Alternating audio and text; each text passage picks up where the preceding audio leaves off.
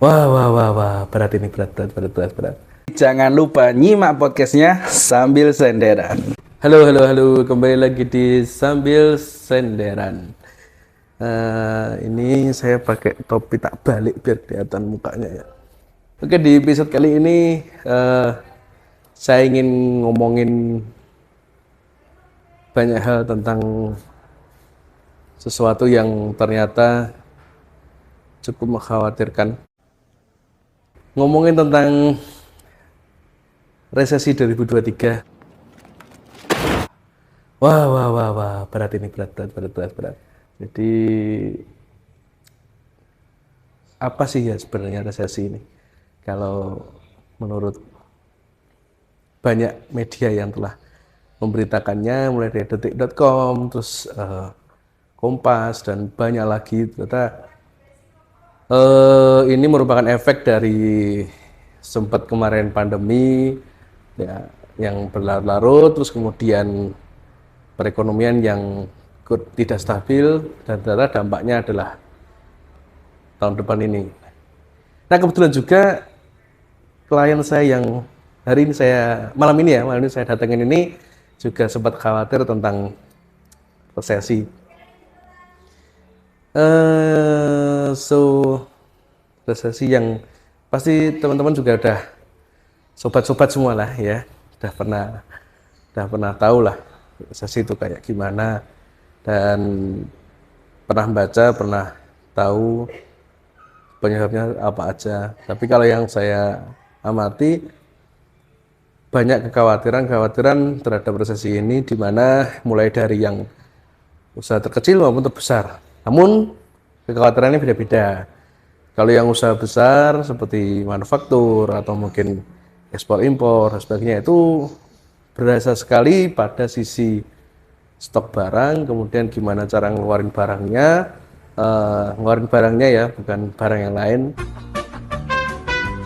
Terus kemudian beberapa hal yang berkaitan dengan ekspor impor, kemudian mereka mendapatkan bahan baku dari impor dan sebagainya. Seperti tadi itu pagi saya bertemu dengan salah seorang pemain laptop, pemain komputer laptop di kota Surakarta tercinta, kota Solo ini. Sempat kita bertukar apa namanya, pendapat.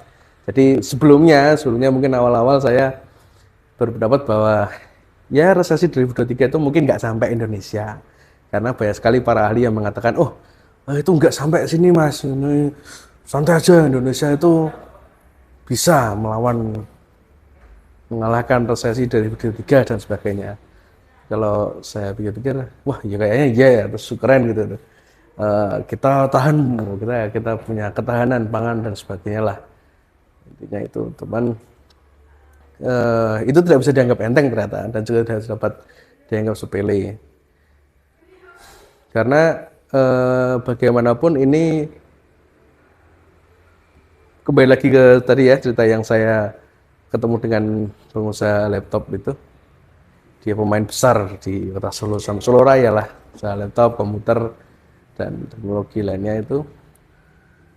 Ternyata efeknya sekarang malah, bulan ini, di November 2022 ini. Jadi yang diperkirakan November itu belum terjadi. Dan ini yang dirasakan itu juga berefek pada beberapa pengusaha kain, baju, fashion dan sebagainya, efek ke sana. Terus apa namanya, efeknya itu apa? Ini langsung berasa pada itu tadi yang saya sampaikan, sisi impor, ekspor, kemudian ketersediaan bahan baku, ketersediaan barang, sangat berefek kepada perusahaan-perusahaan manufaktur besar.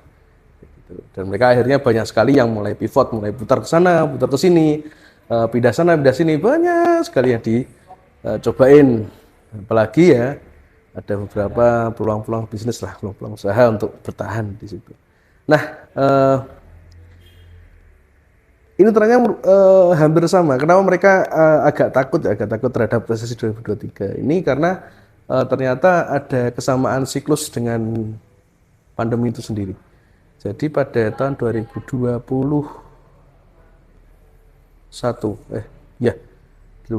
itu puncak dari keterpurukan atau dimulainya masa-masa down itu November.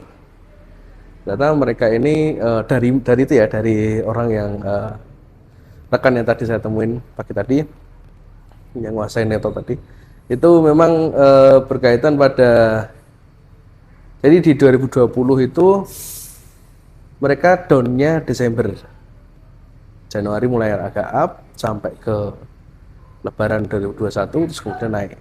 Nah ketika naik ini November turun, November 2021 sampai ke 2022 mau Lebaran.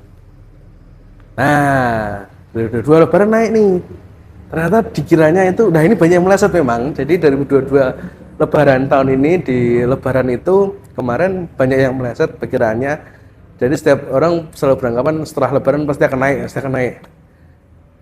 Ya mungkin untuk yang mereka pada sisi jasa, saya kira cukup aman ya, mungkin biasa. Tapi kalau untuk yang sisi kayak tadi manufaktur dan sebagainya ini efek gitu. Jadi langsung turun walaupun tidak seberapa sih, cuman berasa turunnya terus kemudian naik merangkak lagi. Dah ternyata waktu dari Lebaran kemarin sampai bulan Oktober itu pendek sekali. Ketika mau naik, dikiranya mau terbang resesi, isu resesi ini nggak sekedar isu, ternyata udah mulai ngefek. 2023 deng November turun lagi. Nah apakah ini akan membawa kebaikan atau keburukan, kita kurang tahu. Kenapa saya bilang kebaikan atau keburukan? Karena ternyata Indonesia ini kalau dibilang bisa bertahan ya. Cuman bertahannya ini saya rasa ada pada sisi para penggerak roda ekonomian mikro, dalam artian UMKM. Why? Karena lokal hero-nya itu UMKM ini. Jadi tidak memungkiri ya, setiap manusia, apalagi manusia di Indonesia ini sangat doyan healing, jajan-jajan, staycation, main dan sebagainya. Meskipun mesti cepet tetap disempetin tuh sebulan atau seminggu sekali, paling lama sebulan sekali lah. Mesti ada yang keluar untuk healing. Nah, healingnya ini macam-macam. Nah, healing ini loh yang jadi kebiasaan healing ini. Wah, kita healing. Nah, ini berpengaruh sangat besar pada penggerak perekonomian kita. Nah, di sektor mana? Di sektor wisata sama jajanan. Nah, ini saya gemuk sekali ini karena saya suka healing.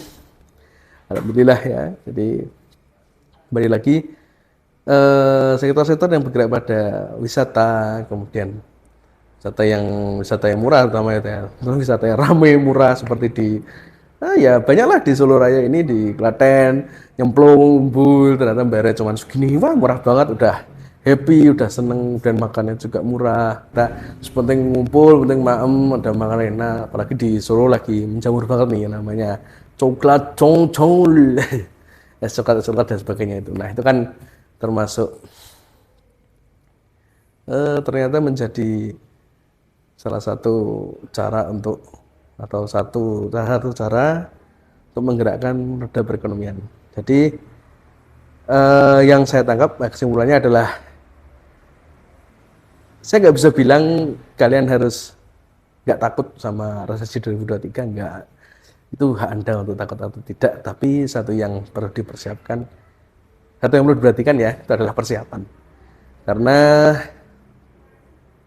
siap nggak siap, harus siap. Dan harus siap itu butuh persiapan. Meskipun orang yang sangat ready pun, orang sangat siap pun, dia punya kekayaan, punya apalah, punya segala macam faktor yang sekiranya bisa menyelamatkan dia dari resesi 2023 itu tetap harus ada persiapan. Nah, untuk UMKM nih, UMKM atau orang-orang yang mau mulai bergerak di bidang ini, ada satu momen yang sangat luar biasa yang ada di Indonesia. Selalu saya nantikan. Itu apa? Ramadan. Nah, ini tinggal beberapa bulan lagi Ramadan kan. Silahkan berkreasilah, berkreatiflah, walah kreatif lah. Pokoknya intinya terus memperlakukan persiapan. Di satu sisi kalau kalian baru mau terjun online atau mau mulai bergerak dunia online sebagai penyokong, karena saya nggak bisa bilang kita harus serba online, enggak, karena saya selalu ingat petuah guru saya, guru saya yang rambutnya putih semua itu, pasti tahu lah di Solo, itu harus menyerang dari berbagai arah. Nah, berbagai arah ini nggak cuma dari digital, karena digital itu tools, ya online itu tools, karena pada intinya adalah serang dari berbagai sisi. Apa yang diserang? Rezekinya dijemput dari berbagai sisi. Ya, kita juga tidak bisa menafikan kekuatan dari tangan yang tidak terlihat, the invisible hand, dan juga ketetapan-ketetapannya yang sangat luar biasa. Karena ya kita manusia hanya bisa berencana sih, tetapi tetap harus semua ada persiapan, lalu tetap tidak boleh lupa dengan siapa diri kita dan mensyukuri setiap hal kecil, bahkan nafas ini kita harus bersyukur untuk tetap bisa hidup sampai 2023 atau mungkin lebih, karena hanya Tuhan yang tahu, Allah yang maha tahu, Allah yang maha besar dan maha mengerti keadaan kita dan seberapa besar perjuangan kita untuk menjemput rezeki dan mengamankan diri. Itu ya, untuk UMKM saya kembali lagi, ketika Anda mau mulai terjun, jangan sampai pedot ngonten. Atau jangan sampai ya khawatir boleh lah, tapi tetap harus dodolan juga, jualan juga, terus kemudian posting konten juga. Kalau nggak bisa bikin web ya IG-nya, TikTok-nya itu terus putar bikin konten, terus ben lambok joget-joget yo ben ya toh. Kowe main joget-joget ning kamera main ngopo, ora usah wedi, ora usah isin nggih. Enggak usah takut, enggak usah malu, karena sebenarnya itu adalah persiapan yang harus kita persiapkan untuk kita sambut dan kita lawan kekhawatiran kita. Selain kita berbekal dengan iman kita masing-masing, kita selalu percaya ya, Tuhan itu tidak akan meninggalkan kita, Allah tidak akan meninggalkan kita. Maka yuk lebih gencar lagi, lebih kuat lagi dalam berusaha dari sisi digital maupun sisi offline. Jangan terus ngomong, wah aku raiso ya, wah saya nggak bisa, saya males sih belajar digital, males saya. Nggak usah males dan nggak usah takut, saya bisa kok jadi sobat Anda. Oke, sekian dari saya. Nggak usah takut sama resesi 2023. Terima kasih yang udah nyimak podcast ini. Tunggu episode selanjutnya dengan opini-opini yang pastinya nyaman didengerin sambil senderan.